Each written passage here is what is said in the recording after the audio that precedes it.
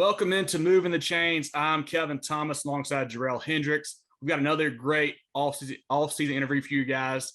We've got the very special guest, the new head coach of the Westwood High School Redhawks, Coach Robert O'Connell. Coach, how you doing today? I'm doing great. I appreciate you having me on. Yeah, well, we appreciate your time. We really do. So Coach O'Connell was hired in early March, comes from the defensive coordinator position at Ridgeview. Also spent time at Irmo, Wilson, Wofford College, and was also the head coach at Richard Wynn Academy. You're the fourth head coach in Westwood High School history. Just to start, how's the transition been, Coach? Yeah, it's been great, man. It's I guess almost a month on the job. So definitely feel like my feet are under me a little bit, definitely still getting used to stuff, but it's been really good. The kids have been great. Staff, administration, all that stuff's been great. So it's been really good just getting able to get in there, get my hands dirty and start to try to get to know the kids, man. So it's been great so far. Perfect.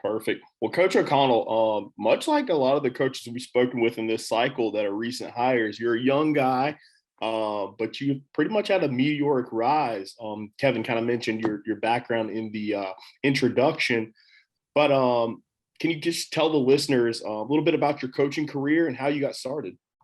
Yeah, first off, I've been really blessed just to be around some really, really good coaches, head coaches and, assistant coaches. But it's kind of crazy how things, especially in sports and coaching, kind of come full circle. So when I was at Carolina, I actually started volunteering coaching at Ridgeview. So I started off as volunteer and then kind of worked my way up. And I was at Ridgeview for 5 years total. And had the opportunity to work with Perry Parks for a year, which was really, really good. Learned a lot from him. And then from there, I kind of worked my way up there, but I kind of felt like I probably needed a new opportunity, new challenge, and had an opportunity to go to Richard Wynn for a year as the head coach when I was 26, which was a huge learning experience. Yeah, for sure. It's a learning experience at 31 right now, but at 26, it was definitely a learning experience, but it was really good. Coming from I played at Spartanburg High School, so a large classification, coached at large classification, then going to, a school we had 20 kids on the team was definitely an adjustment. But, I think it helped me develop as a coach because I don't have, too deep at every position. So you got to coach everybody to almost play everything. So from there, I went to Irmo for 2 years as the offensive coordinator with Reggie Kennedy, which was a really good experience. And then, kind of in that transition period, we kind of knew he may be making a move. And I had an opportunity from a guy that I kind of grew up with to go to Wofford College and coach on the defensive side of the ball, which was, I was not a defensive person at all. I'd played offense, coached offense. And I got a crash master course there, man. It was great. I was uncomfortable every day, which was really good for me. And worked with some really good coaches. A guy named Alan Smith is kind of a guy that I worked with every day, and he was with the Houston Texans. He's now the D-line coach at Georgia State.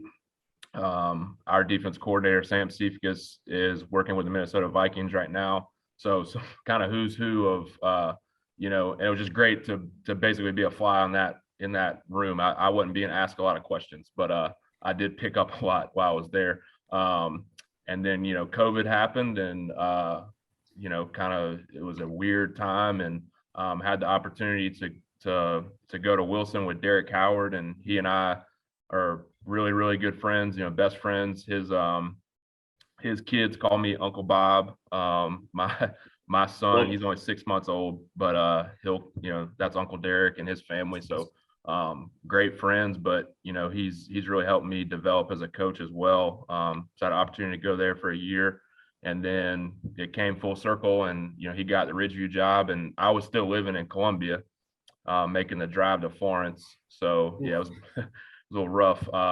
So opportunity came to come back to Ridgeview to be the DC, and I thought I'd be there a little bit longer, but great opportunity came, and so now here we are. Awesome. So you're taking over from Matt Quinn, who took the North Augusta job. Have you been able to talk to Coach Quinn at all? You maybe get some, feedback on the program, or do you know him at all from being in the Columbia area? Yeah, we know each other, professionally, just kind of from being around the same area. We've talked a little bit kind of here and there. It's kind of, we've really been playing a little phone tag here recently. He's busy at a new job. I'm busy. So it's been hard, but I've talked to him a little bit, and, there's, it's interesting because, a lot of times as a young coach or a young head coach, you're taking over a place that it's really tough. That's not the situation I'm in. I'm blessed. They've only been open for 10 years, and they've done some really good things in 10 years, and including last year. So I'm blessed to be where I am. So, Coach, looking at your new position, you're a new head coach here at Westwood, but you have that head coaching experience. How have you been able to build off of that experience you already had? What was the process like in you taking this job, and how long did it take to get in motion? Yeah, definitely having that year, I think has been beneficial. And I think probably more because I learned a lot about myself, and just kind of, it's definitely, and I'm still learning it, but definitely, but it's definitely different sitting in this seat, and I've joked with some head coaches I've worked for and said, I kind of get what you were saying now. It's just, there's a lot of moving parts. Yeah. We got 100 and something kids in the program and 20 something adult, so you're managing a lot at one time. But I definitely think being able to draw on some of that experience, and you kind of go in with a plan. I feel like I had a good plan, but the thing that has definitely been having to learn kind of on the job is every decision comes down to you, so you kind of got to get used to making that decision, and knowing that, you got to make the best decision that you think, and be able to live with it.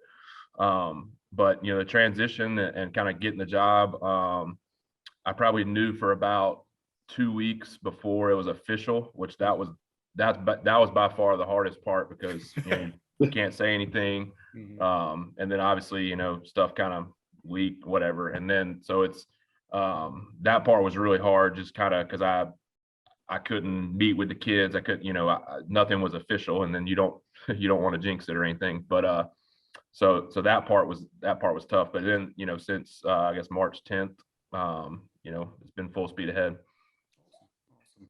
So how is the staff shaping up? You still hiring? You got most guys in place, or how is that coming about? Yeah, we're pretty much almost done. I'm hoping probably within the next week or so we'll be 100%. Kind of the same thing, just officially we're not there yet, but I think we're in a good spot.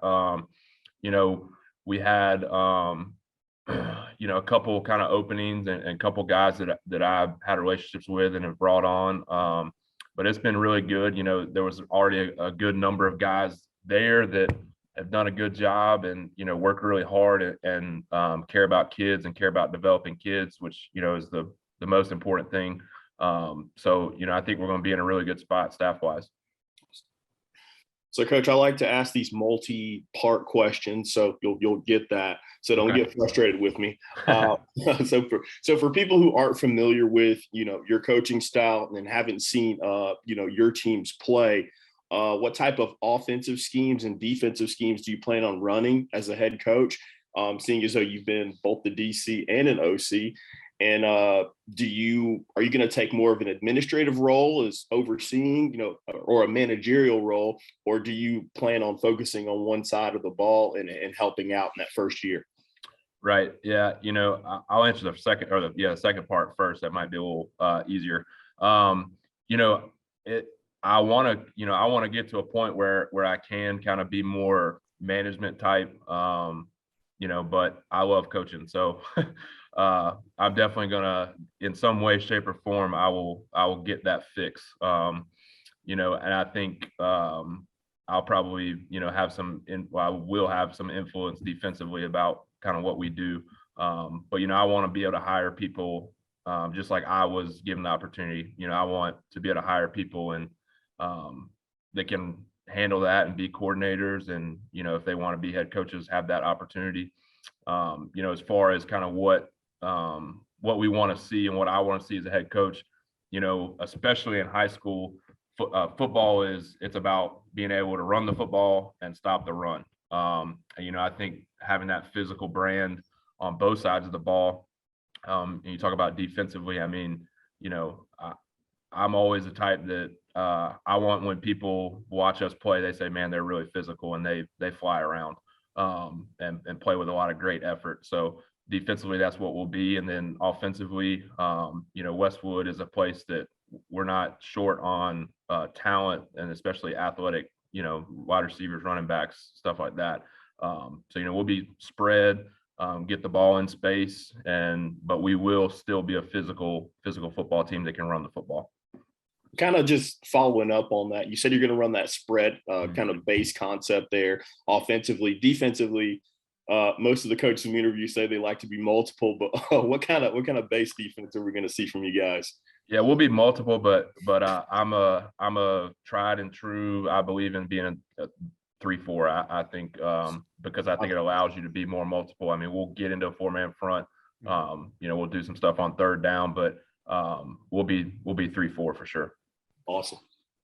Coach, I believe we mentioned earlier when you were at Richard Wynn, I think you guys were 8-man football at that point. Yep.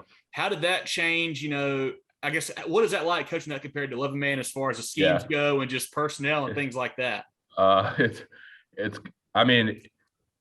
similar in what you're trying to do. You talk about what you want to be, like you're still trying to hit all those things, but it's definitely different because for us, like we played. I mean, you got to make a decision kind of how you're only playing with 8 people, so you're 3 short.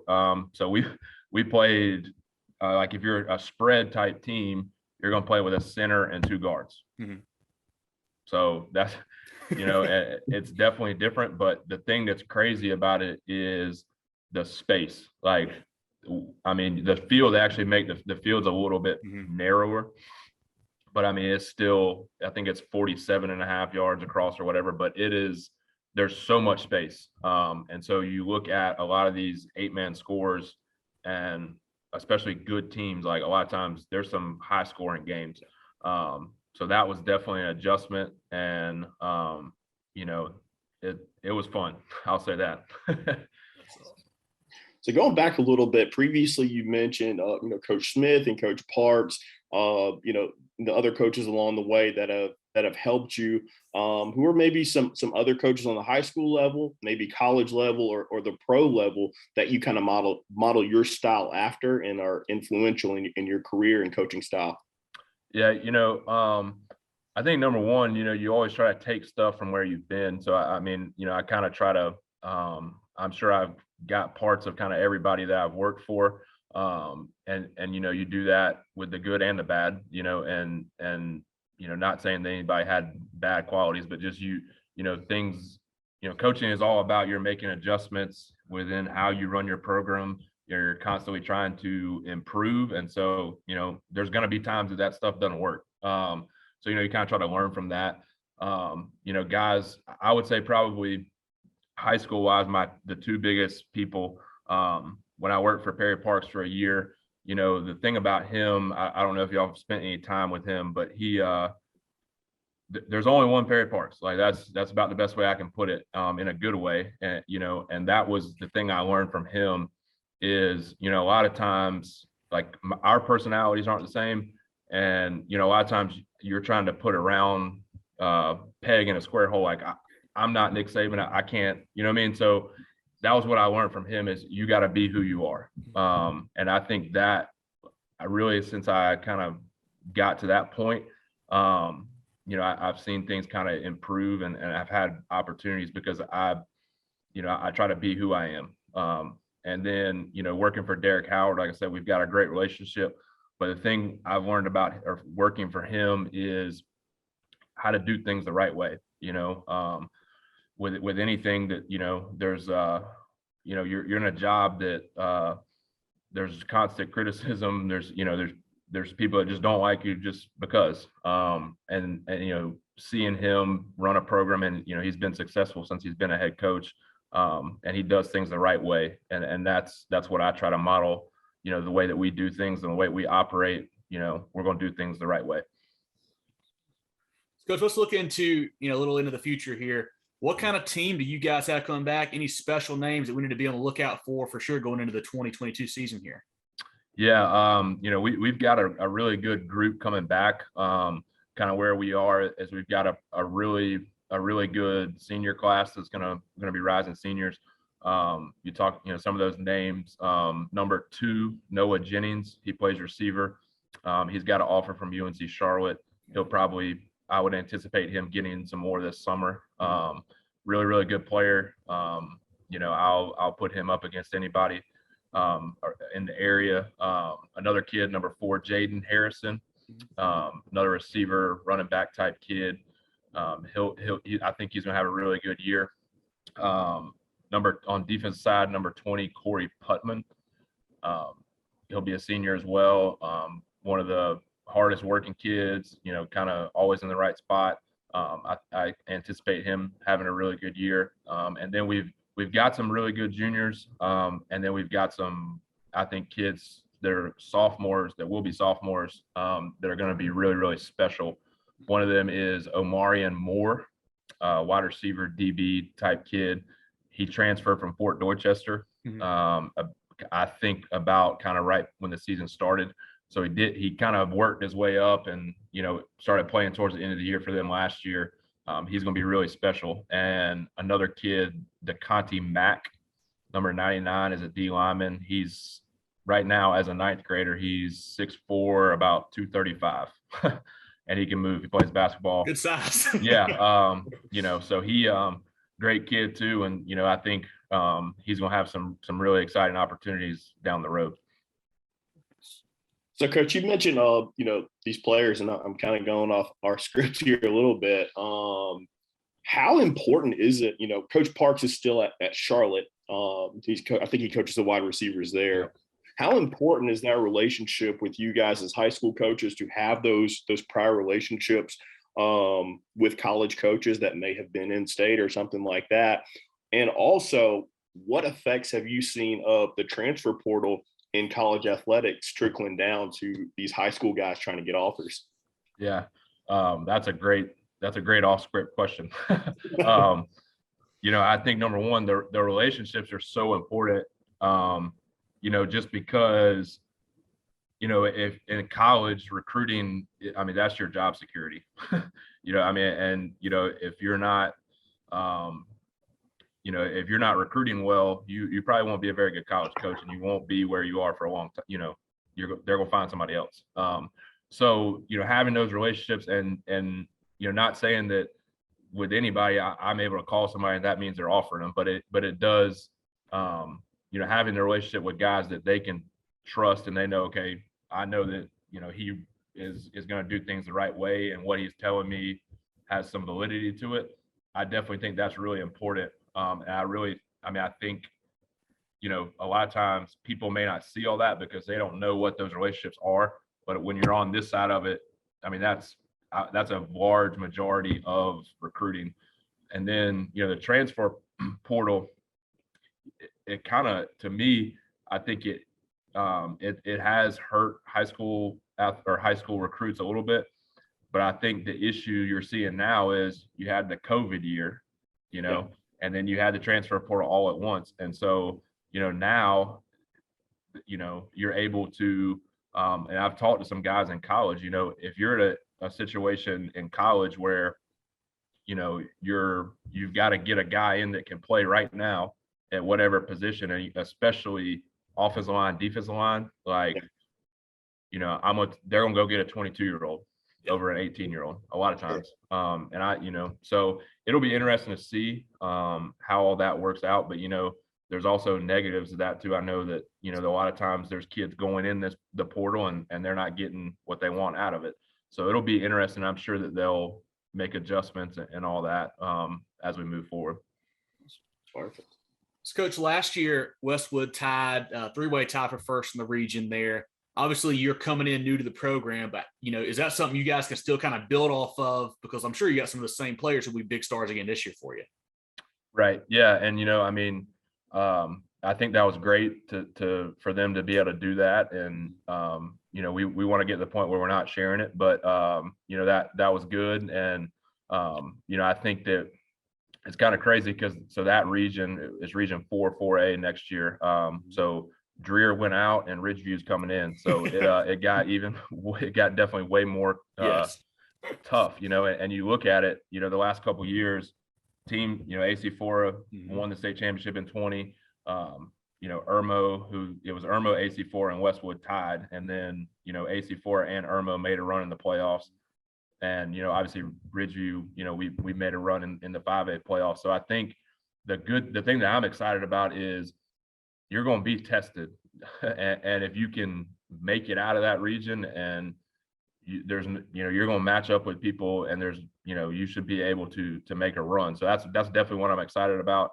And then you've got Lugoff and R&E, which have been better in the last couple of years. So you got to pack your lunch definitely every week. But that's what I like. That I like having a competitive region, because like I said, once you get in the playoffs and you're second, third round in the playoffs, it's beneficial for your team.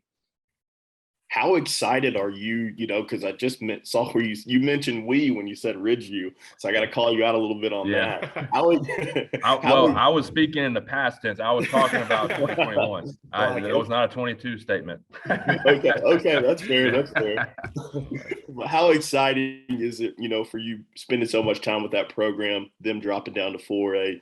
Ridgeview's just been a phenomenal, program, especially the last few years. How exciting is it for them to come into your region and you get to play those guys? Yeah, it's it's exciting, and it'll be a challenge for sure. But the thing that's been cool is I would say that it was interesting. You get this job, and I mean, we're in the same district, we're rivals, all that stuff, but I'm forever grateful to all my time there. I don't get this job without those kids and the year that we had last year. And I mean, I was just blessed to be a part of it. But it's definitely exciting to be able to compete against them. Like you said, they've been on the rise, and that's definitely one of those teams I think that people know. And so we're excited to have the opportunity to compete against them. And it's kind of cool because they actually come to us in October. And so we'll see what we can do. October 14th will definitely be circled, right? Yes, sir. I think on both sides it'll probably be circled. It'll be interesting to see. Derek and I, like I say, I mean, we talk every day, and that'll be fun for sure. It'll be a good, clean fun. I'm sure we'll talk that whole week, but once we kick it off, we'll shake hands at the end. But during it, we're trying to win. So. That's awesome. Yep. Coach, how is the spring schedule looking? Have you got that all set? Spring game, practice, things like that lined up so far? Yeah, we do. So we're where we are right now. We've got a lot of kids that are running track, which is great. And then we've got a good number of baseball kids. We've actually got some soccer kids, which is great. I like them to be busy and doing something else. So we'll start spring May 2nd. And we'll go Monday through Thursday for those 4 weeks. We'll probably get some of those guys back that second or third week, the track guys. So we'll kind of take it slow from the beginning. But it'll be good because I think, a lot of those guys are older guys. So we'll get a chance to really develop some younger guys. And like I said, we'll go for 4 weeks, those 4 days a week. And then our spring game is May 26th at 6:30 in the stadium. And, we got a DJ coming, can get some food trucks and try to make it a community thing and, have some excitement. Very nice. Perfect. So you got a young program there. What types of things are you trying to bring to that program from your past experiences to build a foundation on? You guys finished first in the region last year, so you got a solid foundation. What kind of things are you trying to pull on to enhance that culture and make it your own? Right. I think to me, in my personal life and coaching, I've always been kind of a dreamer, and I think big. I try to think outside the box. And so for me, the things we talk about in our program is, and you may see it on our social media, is best is the standard for us, and we're not shy to say that. And I don't think that's been around. I don't think that's new. But for us, what we've tried to do is, we're saying this, but that means we got to work to be the best. And for us, best. It's actually I guess acronym. I'm not an English person, but I guess it's acronym. But it's brotherhood, effort, strength, and together. So we want to have a brotherhood. I've been involved in football since I was 12 years old. I think I had 1 year, my first year in college, that I wasn't a part of a team, and I hated it. And as you know, any sports, but especially football, that brotherhood is strong. And if you got brothers or sisters, you don't always get along, but you're gonna have your battles, but you love each other in the end. We're gonna have a great brotherhood. We're gonna play and work with maximum effort in everything that we do. We're going to be mentally and physically strong, and then we're going to do it together. And I don't think you can accomplish anything in this game without sacrificing for the team. And so that's the mindset. And they'll probably get tired of me saying that, but that's what we're striving for. They've had that success, so I think that's been really good for me, and beneficial for me, because they've already kind of got a taste, and it's I think they're hungry for even more, and we're going to continue to try to be the best. Coach, I know you guys just announced the schedule, I believe, last week. With you just getting there in March, did you get to have much say-so in that, or was it already kind of set as far as the non-region stuff goes? Yeah, they had already said it, which is good. I think it's a great schedule for us. We open up with Spring Valley, who's in our district, and 5A opponent, so our kids will be ready for that, and we'll be excited for that opportunity. And then we play LR, who's on the rise as well, and that'll be a tough physical game. We've got White Knoll as well, who's better, and Midland Valley in the non-region. So we've definitely got to test some tests for sure. But I didn't have any say so on that, and we just kind of roll with what we got. Awesome. So piggybacking off your spring, just going into the summer, you said you're going to run a spread attack. You guys got any passing leagues or anything like that set up for this summer, or you got some jamborees that you're wanting to do preseason? Yeah. So we're going to do a 7-on-7 at our place.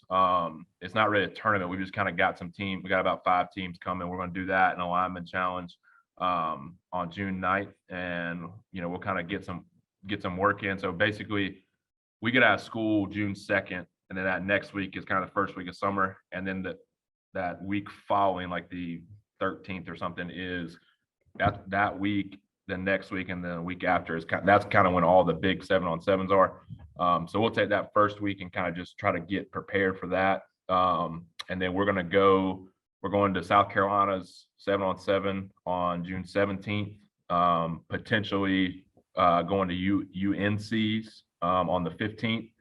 And then we've got we're going up to Northwestern High School for their 7-on-7 June 29th. So we're going to get some competition and go try to compete and see what we can do. That's awesome. Let's get into a couple easier ones here for you, Coach. All right. So obviously you're a South Carolina grad, a Gamecock fan. Give us your thoughts on Coach Beamer's tenure so far. Yeah, I think he's done a great job. It's actually, I was telling some people this weekend. So I guess 2 weeks ago, they had coaching clinic, high school coaches clinic. Brett Favre came in, Matt Rule, and then obviously the staff from South Carolina. And obviously I watch most of the games and follow what they do, but that was really kind of my first time having an opportunity to be around that staff and Coach Beamer. And you can just feel the difference. And I think the thing I think will continue to make them successful is the stuff that they talk about and you see that's real. And you can feel it just being in the building. And I, not to say that wasn't the way it was, but I definitely feel that that's different. I think that they'll continue to be on the rise for sure. Another easy one for you. So, what is the toughest / best atmosphere you've either played or coached a game in the state? Well, I mean, by far it would be Clemson. So when I was at Wofford at 19, sense. Yeah, that was easy. I don't know if you already knew that, but that was definitely easy. Yeah, when I was at Wofford in 19, we played them.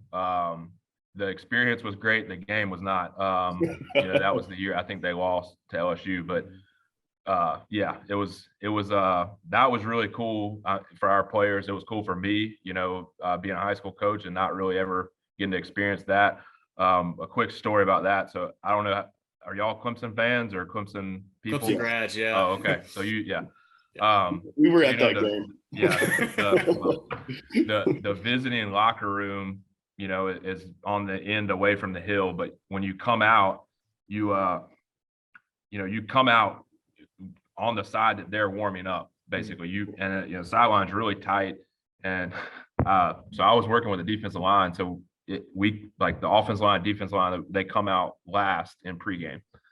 So we're getting ready to come out. We come out the tunnel, and the receiving core is standing right there in the end zone. And I mean, we're running right by them. Yeah. And I'm behind our offensive line, defensive line, and I watch all of our offensive linemen, defensive linemen run by. And I would say the receivers were almost bigger than our offensive linemen. So it was, they had Justin Ross and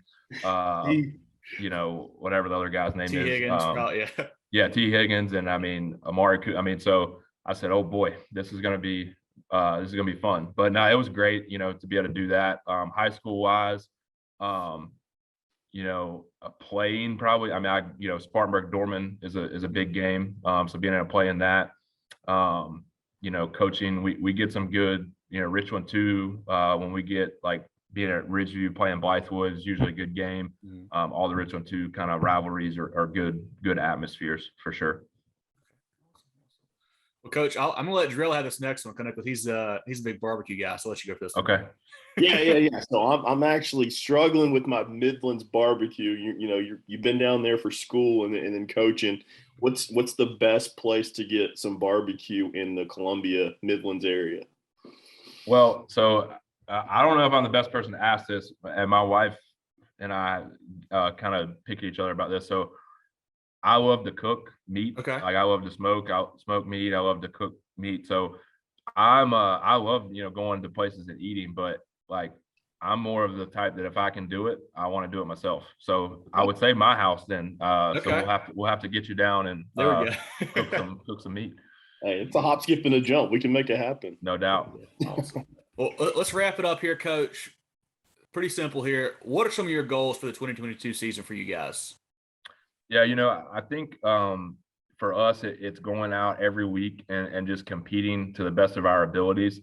We've talked about the schedule. I mean, we've got, especially in the non-region, we've got some really good opportunities to go out and kind of probably do some things that people don't think we can do, which is great. I like that, those opportunities. And then you talk about the region, which we've covered. Like, I mean, you've got to go compete every week, and so that's to me what I want to see out of our team is, regardless of what the situation is, what the records are, that we're going to go compete every week. But as far as goals, kind of what we talk about in our program, football is so different because you like it's April now, but we know on August 19th who we're playing. So you kind of build your whole off season up to that first game. So we talk about we want to win the opener. And then, we want to win our district, Richland 2, which we play all the schools in our district. And then we want to win the region. And then after that, we talk about, everybody wants to say we want to win the state championship, but we talk about, we win the region, get into the playoffs. We want to win the closer. So we want to just continue to, if we can always win the last one, we're going to end up playing for the big one. Anything else, Jerel, you got before we wrap up here? Oh, no, just appreciative of your time. You got a lot going on, the new position, and got a young family. So we just appreciate your time, and we definitely just wish you luck this season. We want you guys to do well along with all the teams across the state. But right, we certainly appreciate your time and good luck.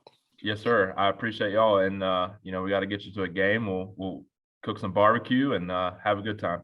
We'll do it. And for all you listeners out there, be sure to follow Coach O'Connell on Twitter and on social media. They do a great job of posting, graphics and keeping updated on what's going on with their program. Also, be sure to, follow us, Movin' Chains, Facebook, Instagram, Twitter. Get your audio-only version of the podcast on Spotify, et cetera, et cetera. So check us out on there.